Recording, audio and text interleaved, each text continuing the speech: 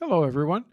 Welcome back to our daily Bible reading plan. We are up to August 31st. Man, I can't believe it's already the end of August. That's just amazing.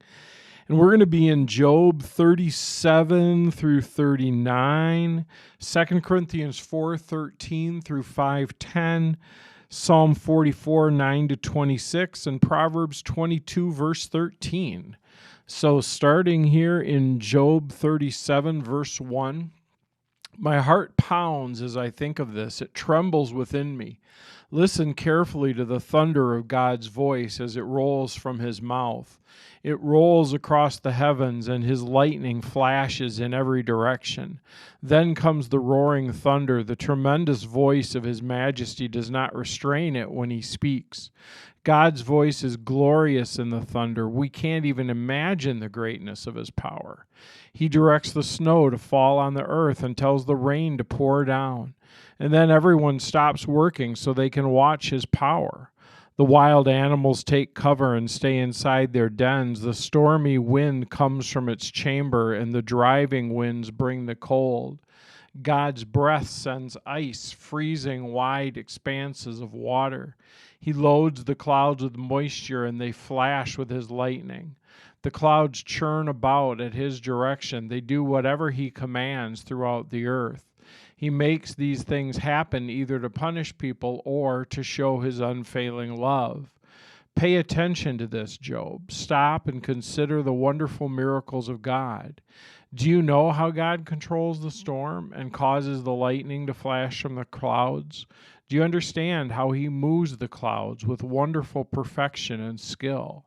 Then when you're sweltering in your clothes and the south wind dies down and everything is still, he makes the skies reflect the heat like a bronze mirror. Can you do that? So teach the rest of us what to say to God. We're too ignorant to make our own arguments. Should God be notified that I want to speak? Can people even speak when they're confused? We can't look at the sun, for it shines brightly in the sky when the wind clears away the clouds. So also a golden splendor comes from the mountain of God. He's clothed in dazzling splendor. We can't imagine the power of the Almighty. But even though he is just and righteous, he does not destroy us. No wonder people everywhere fear him. All those who are wise show him reverence. Then the Lord answered Job from the whirlwind. Who is this that questions my wisdom with such ignorant words? Brace yourself like a man, because I have some questions for you, and you must answer them. Were you there when I laid the foundations of the earth? Tell me if you know so much who determines its dimensions and stretched out the surveying line? What supports its foundation, or who laid its cornerstone, as the morning stars sang together and all the angels shouted for joy? Who kept the sea inside its boundaries and as it burst from the womb, as I clothed it with clouds and wrapped it with thick darkness? For I locked it behind barred gates, limiting its shores. I said, this far and no farther shall you come. Here your proud waves must stop. Have you ever commanded the morning to appear and caused the dawn to rise in the east? Have you made daylight spread to the ends of the earth to bring an end to the night's wickedness? As the light approaches, the earth takes shape like clay pressed beneath a seal. It's robed in brilliant colors. The light disturbs the wicked and stops the arm raised in violence. Have you explored the springs from which the seas come? Have you explored their depths? Can you know where the gates of death are located? Have you seen the gate of utter doom? Do you realize the extent of the earth? Tell me about it if you know. Where does light come from, and where does darkness go? Can you take each to its home? Do you know how to get there? But of course you know all this, for you were born before it was all created. You're so very experienced. Have you visited the storehouses of the snow or seen the storehouses of hail? I have reserved them as weapons for the time of trouble, for the day of battle and war. Where's the path to the source of light? Where is the home of the east wind? Who created a channel for the torrents of rain? Who laid out the path for lightning? Who makes rain fall on barren land in a desert where no one lives? Who sends rain to satisfy the parched ground and to make tender grass spring up? Does the rain have a father? Who gives birth to the dew? Who's the mother of ice? Who gives birth to the frost from the heavens? For the water turns to ice as hard as rock, and the surface of the water freezes. Can you direct the movement of the stars, binding cluster of Pleiades, or loosening the cords of Orion? Can you direct the constellations through the seasons, or guide the bear with her cubs across the heavens? Do you know the laws of the universe? Can you use them to regulate the earth? Can you shout to the clouds and make it rain? Can you make lightning appear and cause it to strike as you direct? Who gives intuition to the heart and instinct to the mind? Who's wise enough to count all the clouds? Who can tilt the water jars of heaven when parched ground is dry and the soil has hardened into clods? Can you stalk prey for a lioness and satisfy the young lion's appetites as they lie in their dens or crouch in the thicket? Who provides food for the ravens when their young cry out to God and wander about in hunger? Do you know when the wild goats give birth? Have you watched the deer as they're born in the wild? Do you know how many months they carry their young? Are you aware of the time of their delivery? They crouch down to give birth to their young and deliver their offspring. Their young grow up in open fields and leave home and never return. Who gives the wild donkey its freedom? Who untied its ropes? I've placed it in the wilderness. Its homeland is the wasteland. It hates the noise of the city and has no driver to shout at it. The mountains are as pasture land, where it searches for every blade of grass. Will the wild ox consent to be tamed? Will it spend the night in your stall? Can you hitch a wild ox to a plow? Will it plow a field for you?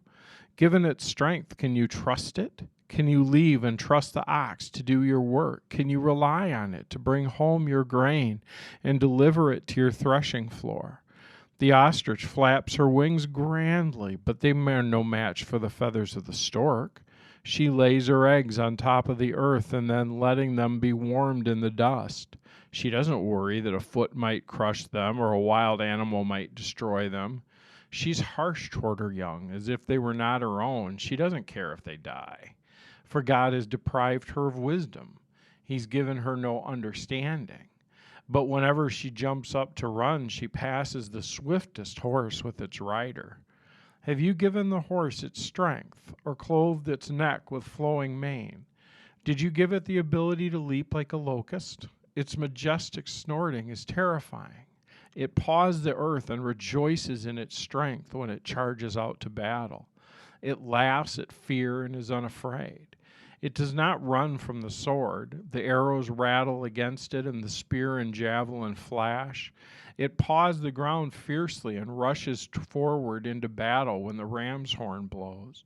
It snorts at the sound of the horn. It senses the battle in the distance. It quivers as the captain's commands and the noise of battle. Is it your wisdom that makes the hawk soar and spread its wings toward the south? Is it your command that the eagle rises to the heights to make itself a nest? It lives on the cliff, making its home on a distant rocky crag. From there it hunts its prey, keeping watch with piercing eyes.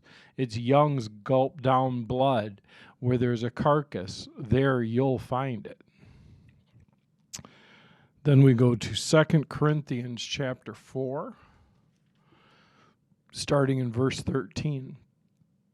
But we continue to preach because we have the same kind of faith in the psalmist as the psalmist when he said, I believe in God, so I spoke. We know that God who raised the Lord Jesus will also raise us with Jesus and present us to himself together with you. All of this is for your benefit. And as God's grace reaches more and more people, there will be great thanksgiving and God will receive more and more glory.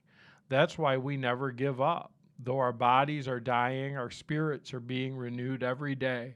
For our present troubles are small and won't last very long, yet they produce for us a glory that vastly outweighs them and will last forever. So we don't look at all the troubles we can see now. Rather, we fix our gaze on things we cannot see. For things that we see now will soon be gone, but the things we cannot see will last forever. For we know that when this earthly tent we live in was taken down, that is, when we die and leave this earthly body, we will have a house in heaven, an eternal body made for us by God Himself and not by human hands. We grow weary in our present bodies, and we long to put on our heavenly bodies like new clothing. For we will put on heavenly bodies. We will not be spirits without bodies. While we live in these earthly bodies, we groan and sigh, but it's not that we want to die and get rid of these bodies that clothe us. Rather, we want to put on our new bodies so that these dying bodies will be swallowed up by life. God Himself has prepared for us this as a guarantee. He has given us His Holy Spirit. So we are always confident, even though we know that as long as we live in these bodies, we're not at home with the Lord, for we live by believing and not seeing. Yes, we're fully confident, and we would rather be away from these earthly bodies, for then they will be at home with the Lord. So whether we are here in this body or away from this body, our goal is to please Him. For we must all stand before Christ to be judged. We will each receive whatever we deserve for the good or the evil we have done in this earthly body. And we go back to Psalm 44, 9 through 26. But now you've tossed us aside in dishonor. You no longer lead our armies into battle. You make us retreat from our enemies and allow those who hate us to plunder our land. You've butchered us like sheep and scattered us among the nations. You sold your precious people for a pittance, making nothing on the side. Yet let our neighbors mock us. We are an object of scorn and derision to those around us. You've made us the butt of their jokes. They shake their heads at us in scorn. We can't escape the constant humiliation. Shame is written across our faces. All we hear are the taunts of our mockers. All we see are our vengeful enemies. For all this has happened, though we have not forgotten you. We have not violated your covenant. Our hearts have not deserted you. We have not strayed from your path. Yet you've crushed us in the jackal's desert home. You've covered us with darkness and death. If we had forgotten the name of the Lord our God or spread our hands in prayer to foreign gods, God would surely have known it, for He knows the secrets of every heart. But for your sake, we are killed every day. We're being slaughtered like sheep. Wake up, O Lord. Why do you sleep? Get up. Do not reject us forever. Why do you look the other way? Why do you ignore the suffering and oppression? We collapse in the dust, lying face down in the dirt. Rise up, help us, ransom us because of your unfailing love. Proverbs chapter 22, verse 13 says, the lazy person claims there's a lion out there. If I go outside, I might be killed. And then August 31st from Oswald Chambers is destined to be holy. God has only one intended destiny for mankind, holiness. He came to save us because He created us to be holy. 1 Peter 1:16 says, it is written, be holy, for I am holy. That whole interaction with Job is really an interesting thing. You know, Job protests his innocence over and over and over again. And again, I think it's really important there to realize that Job is not saying that he never does anything wrong. He's not saying that he doesn't sin. He's saying that he didn't do anything to bring this huge calamity on himself, that there's nothing in his life, there's nothing in his experience that would lead God to do this as some sort of punishment or even kind of a correction. Job seems to be very aware that he is not the one causing this.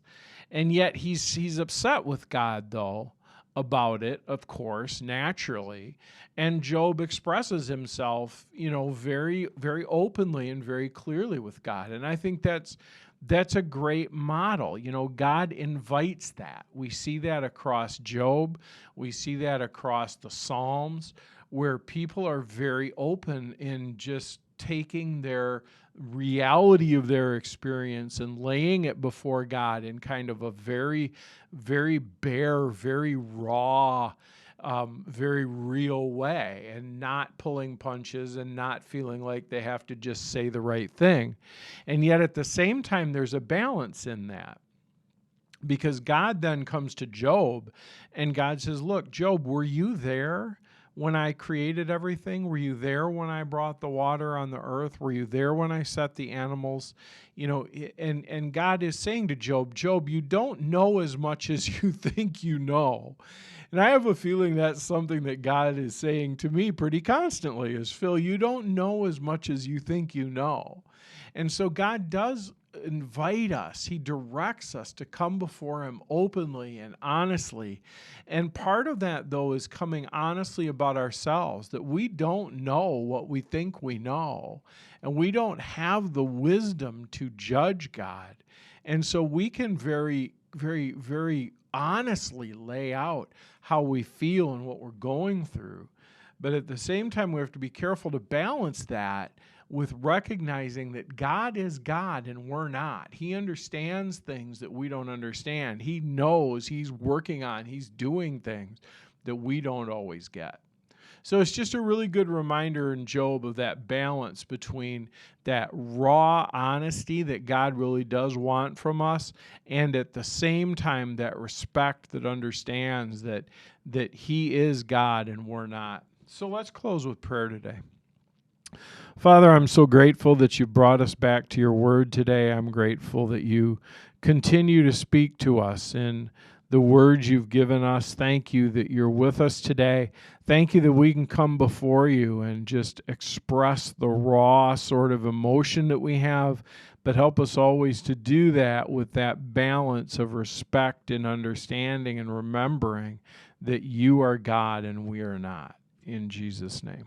Amen. All right. Thank you so much for being with me today. I hope you have a great day.